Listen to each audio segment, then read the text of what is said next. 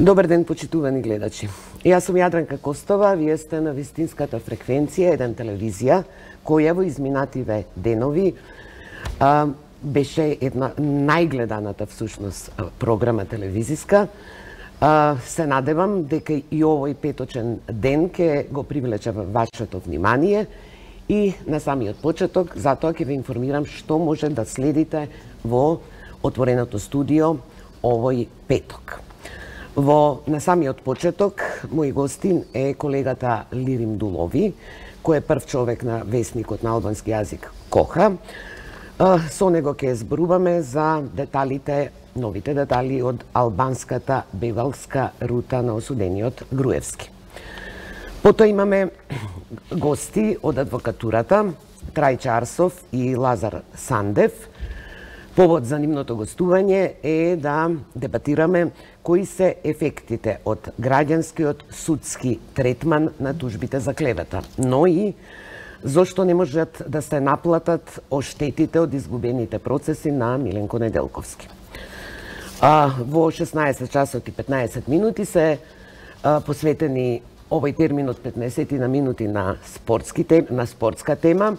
Колегата Дамјан Николовски ќе разговара со поранешниот селектор на македонската фудбалска репрезентација, Џоре Јовановски, а повод е очекувањата на двомечот на македонската фудбалска репрезентација против Лихтенштајн и против Гибралтар. Потоа во 17 часот темата е зошто политичари, функционери и бизнисмени со обвиненија за злосторничко здружување лесно стануваат бегалци или ја избегнуваат правдата.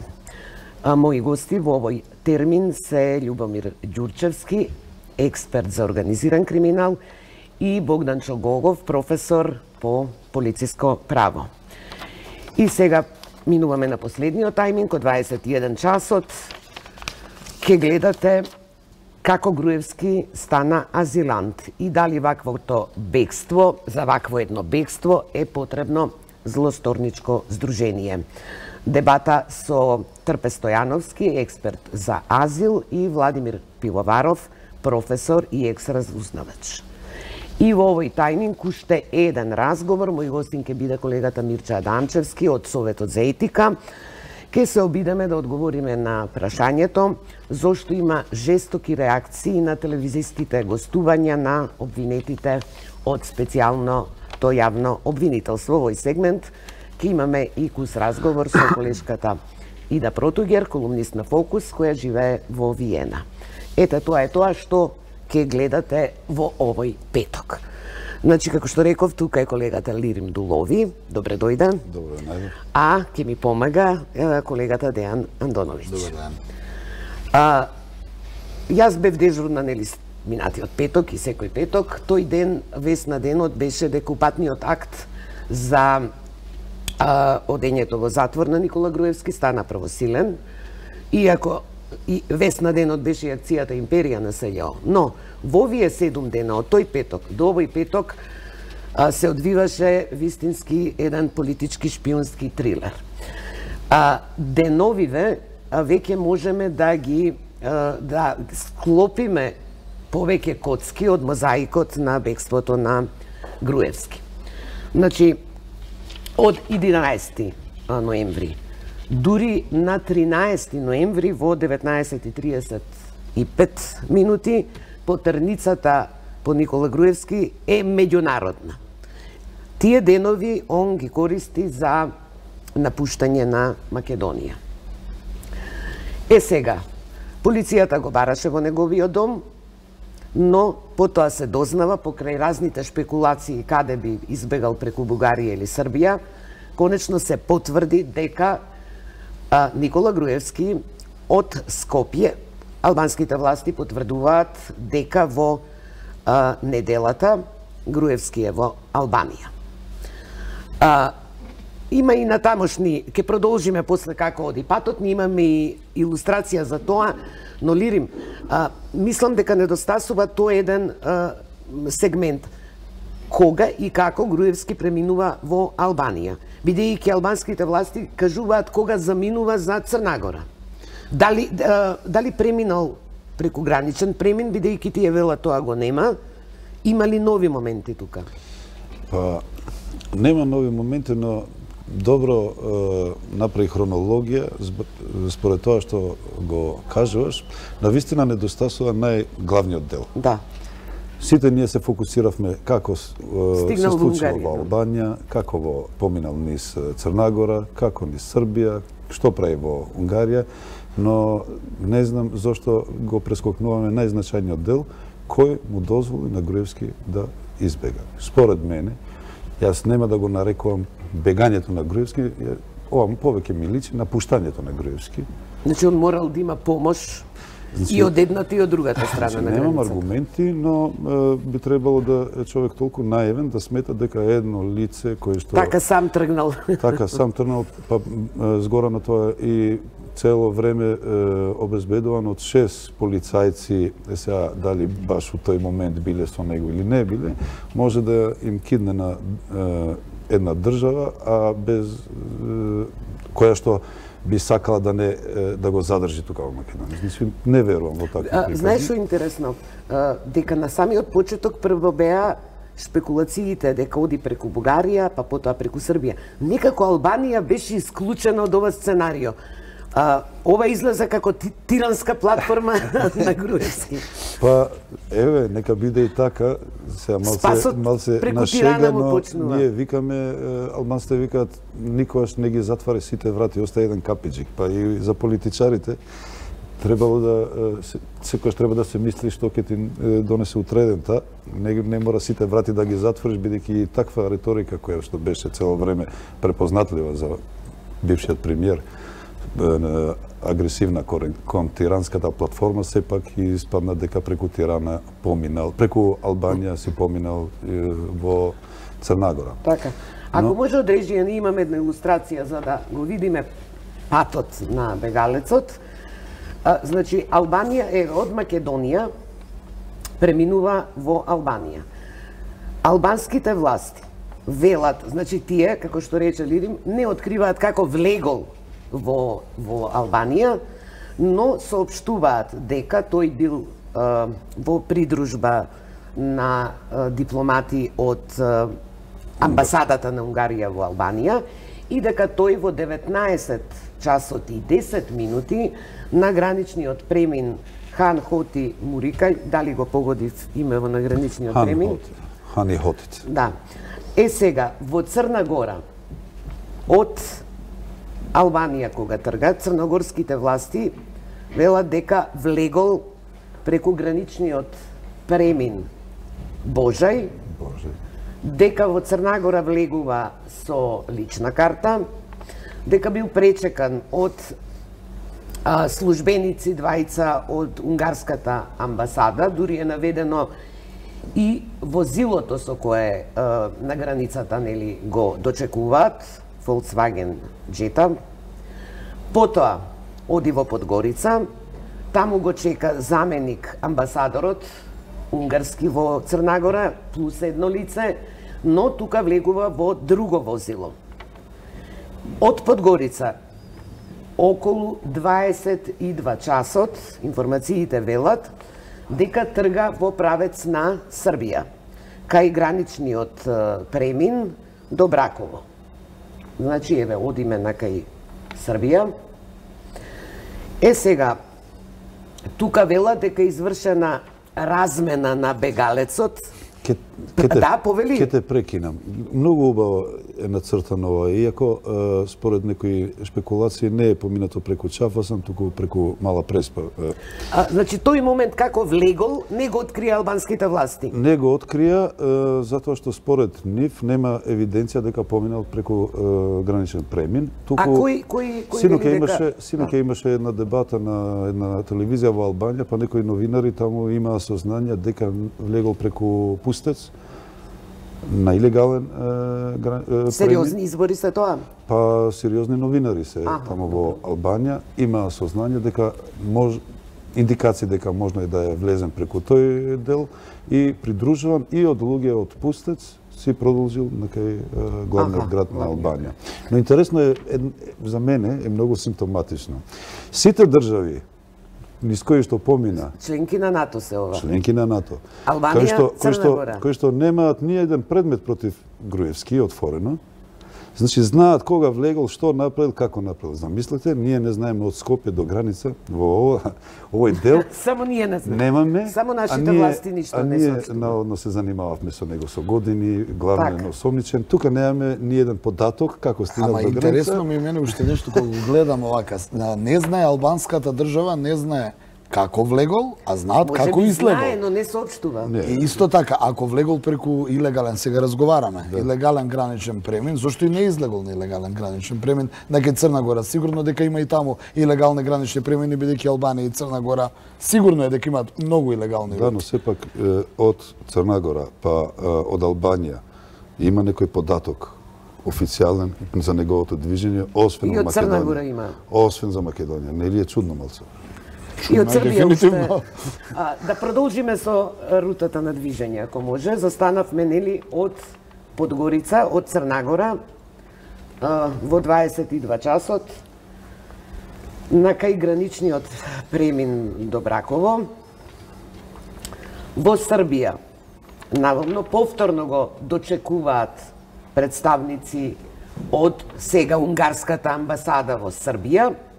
Наводно извршена и размена во мотелот Лукс пред Пријеполје.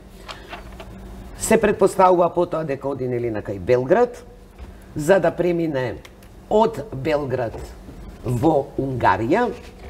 Унгарските власти, барем представник од кабинетот на премиерот Виктор Орбан, изјави дека Груевски влегол со лична карта. Тоа значи со лична карта и со поддршка на унгарски дипломати. Сериозна логистика. Сериозна логистика. Значи го видовме тој пат. Сега, како во Србија исто немаме до објаснувања, барем не слушнав до денеска. Имаше едно на Шешел. Дејан, какви реакции има по српскиот печат? Па, српскиот печат беше многу воздржан, само ги пренесуваше информациите што ги добивавме ние, практично ги преведуваа нашите текстови. Но она што од утринава ми е интересно се оние, би рекол, нивни наслови. Првин удира на апостроф удира дека Груевски избега ќе се зима плата.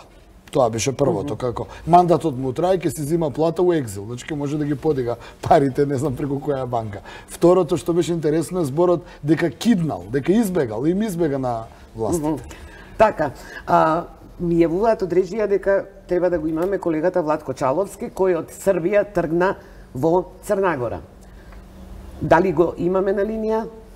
Еве го, на линк. Јадранка, Повели дали Владко? се слушаме во студиото? Да, каде си во моментов?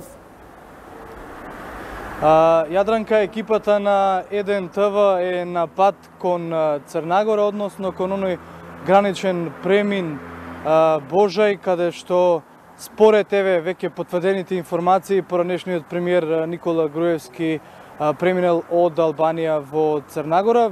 Меѓутоа, во моментов се наоѓаме во Ужице, така да во текот на денот сигурно ќе се вклучиме и од тој граничен премин. Несомнено е дека јавноста ја интересира приказната за тоа како некогаш еден од најмокните политичари, премиери на Балканот, ја го планирал своето бегство и тоа како по филмско сценарио. Веќе се потврдуваат оние тези по официјалните соопштенија на албанските и на црногорските власти дека Груевски со своја лична карта преминал од Албанија во Црна Гора со помош на двајца унгарски дипломати, а потоа со друга кола во Црна Гора со други унгарски дипломати преминува во Србија и така завршува во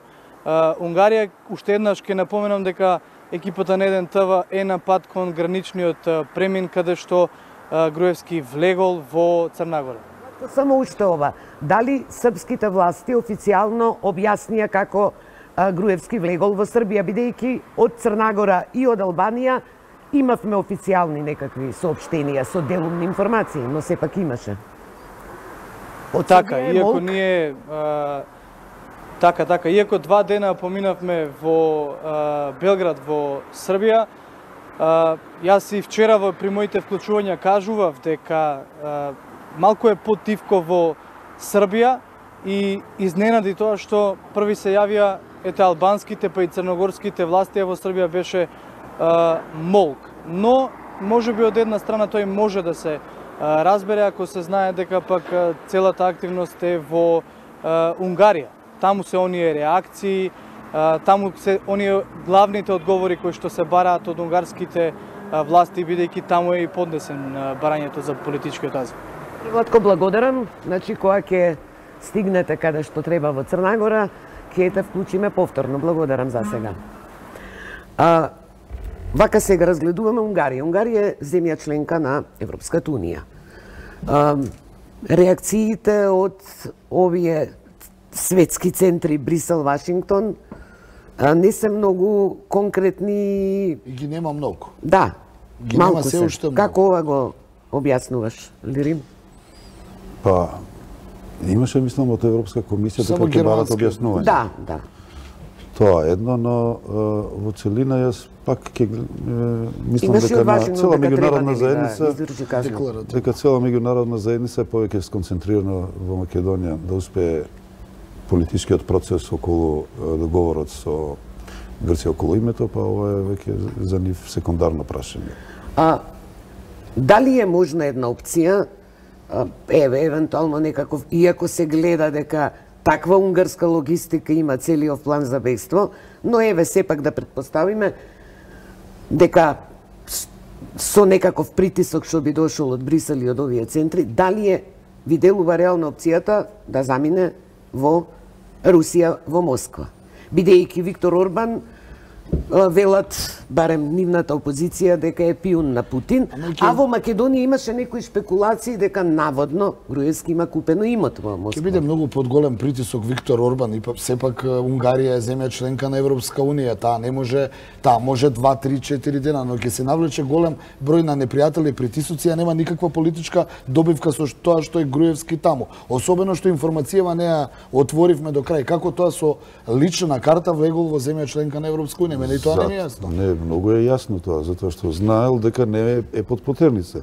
Имал точна информација дека Македонија со лична карта, немал пасош, влези ти, ајде пробај ти Унгарија, влези. Добро, но ние треба да проба една екипа да прави. Еве, пробај ти, влези со лична карта во Унгарија. Да ја помине таа рута со лична карта. Тоа е многу важно. Како влегол, он слушаме ние информација, влегол со лична карта сегда. Како ја не можам да влезам нигде со лична карта. Можда сме членки на Европска Унија, не знаеме. Тоа е воредно, пак ние сакаме да избегнеме од суштината. Како знаел во кој момент ќе има потерница распишана по него, па многу добро си ги прецизирал и патувањето од една на друга граница. Значи, зошто потерницата меѓународна е пуштена дури 13 ноември на 13 до 19:30.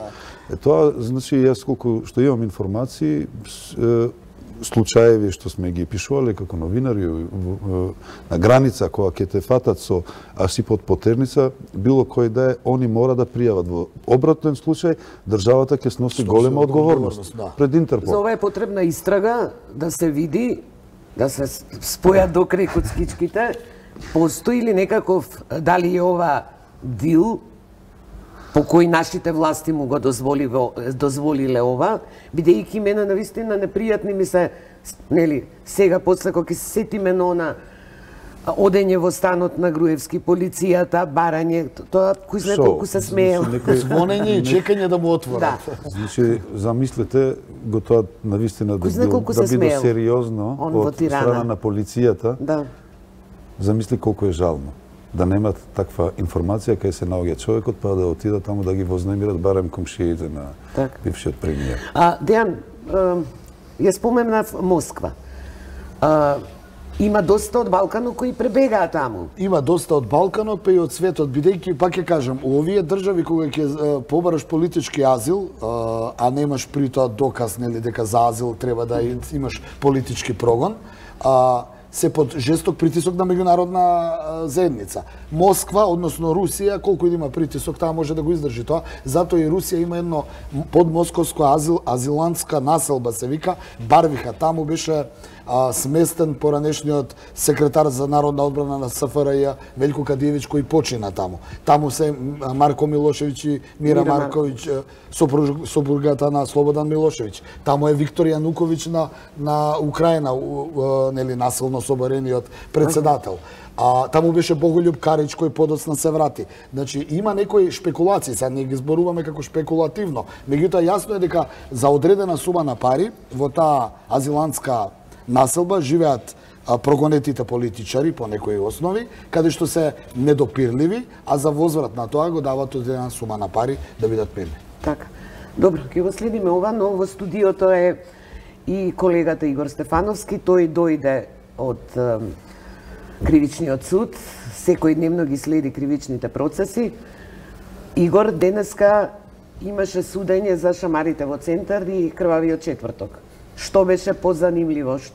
Во кој процес има повеќе, да речам, нови моменти? И дали има воопшто?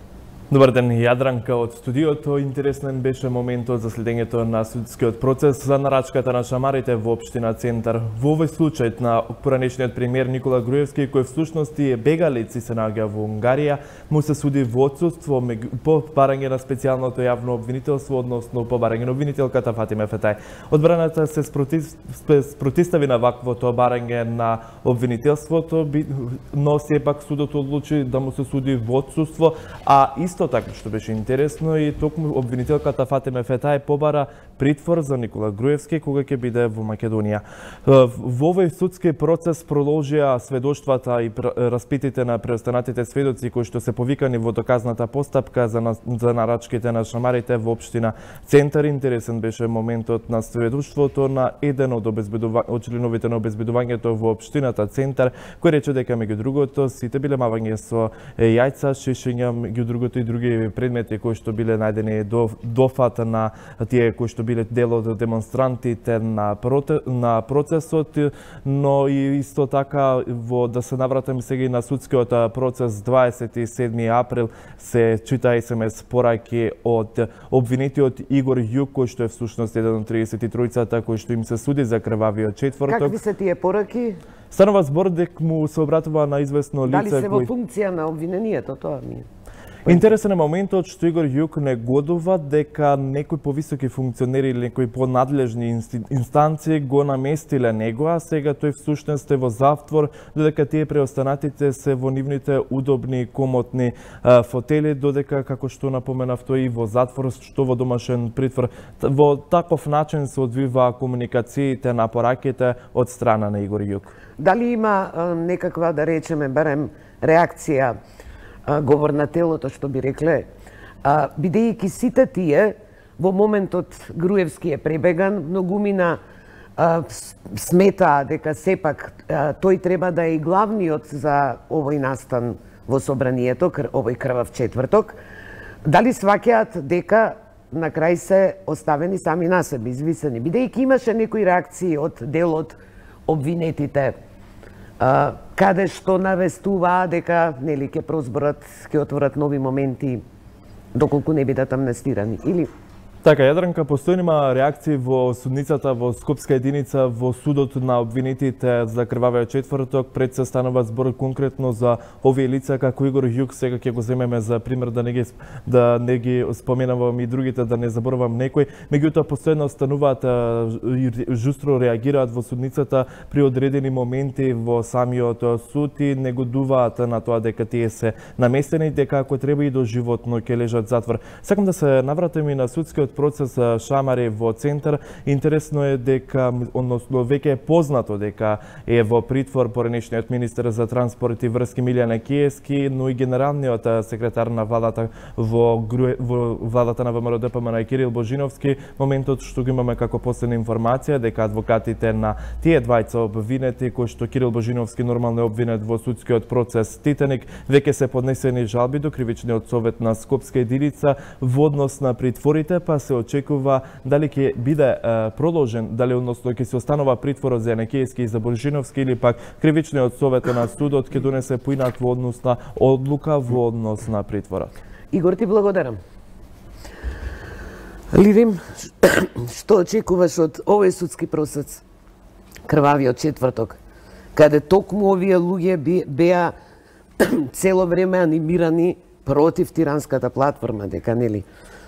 Па, сигурно ќе делува ова врз нивната досегашна одбрана за минувањето на Груевски и сигурно ќе се смени сега текот на постапката таму. Јас очекувам некој да добие, да се согласи на соработка со обвинителството за возврат да добие некоја полесна, помала казна. Но, пак ќе кажам, мене ми е жал за целава ситуација што ние дефинитивно имаме пак заробено судство и државата никако не може да биде, да се тргне од политиката, особено судството, и ние дефинитивно не случајно и ги имаме сите забелишки од Европската комисија во однос на критиките што се на адреса на судството. Кај нас треба тоа да се случи, да и овој предмет и со случајот на Груевски ни укажува дека ние далеко сме од тоа што треба да го... Па исти се судиите што беа и претходно.